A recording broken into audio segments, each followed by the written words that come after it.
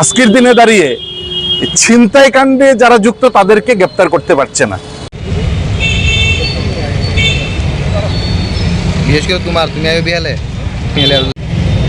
আমার তো না থাকতো আয় না অবশ্য আমার বলা বৌদি ইয়ে কু কাল দেখু এদিকে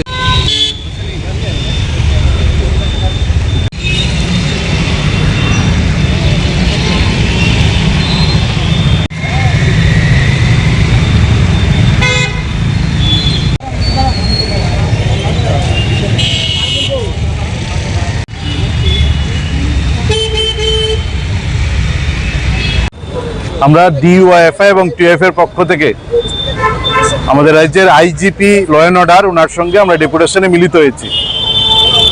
আমরা ওনাকে লিখিতভাবেই বলেছি যে রাজ্যের সব দিক থেকে আইন শৃঙ্খলা প্রায় শেষ, এর মধ্যে ভয়ঙ্কর এবং সবচেয়ে উদ্বেগের যে বিষয়টা নিয়ে আমরা আজকে কথা বলতে এসেছি এটা হচ্ছে আমাদের রাজ্যের পুলিশের নিরাপত্তা নিশ্চিত করা, এবং পুলিশের নিরাপত্তা নিশ্চিত করার দাবিতে পুলিশের আইজিপির কাছে ডিওএফ এবং টিএফ এর পক্ষে ডেপুটেশনে মিলিত হয়েছি।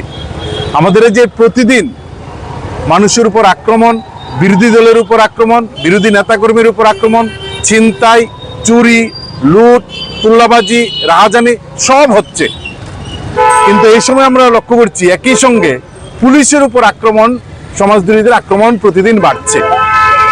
পুলিশ অফিসার দুর্গাচরণ রাঙ্কলকে খুন করা হয়েছে, গ্রেপ্তার নেই, শাস্তি নেই।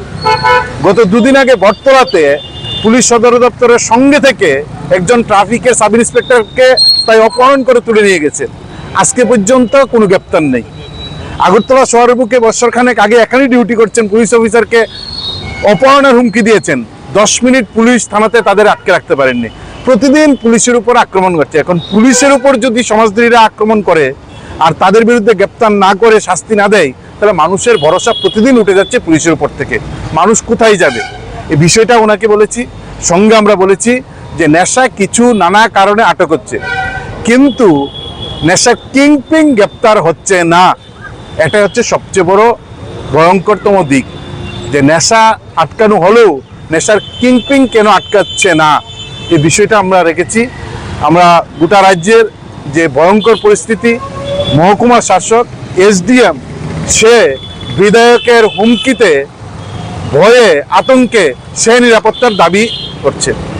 আমাদের রাজ্যের বিচারক জায়গা কিনতে গিয়ে সমাজবিরোধীদের দ্বারা আক্রান্ত হচ্ছেন।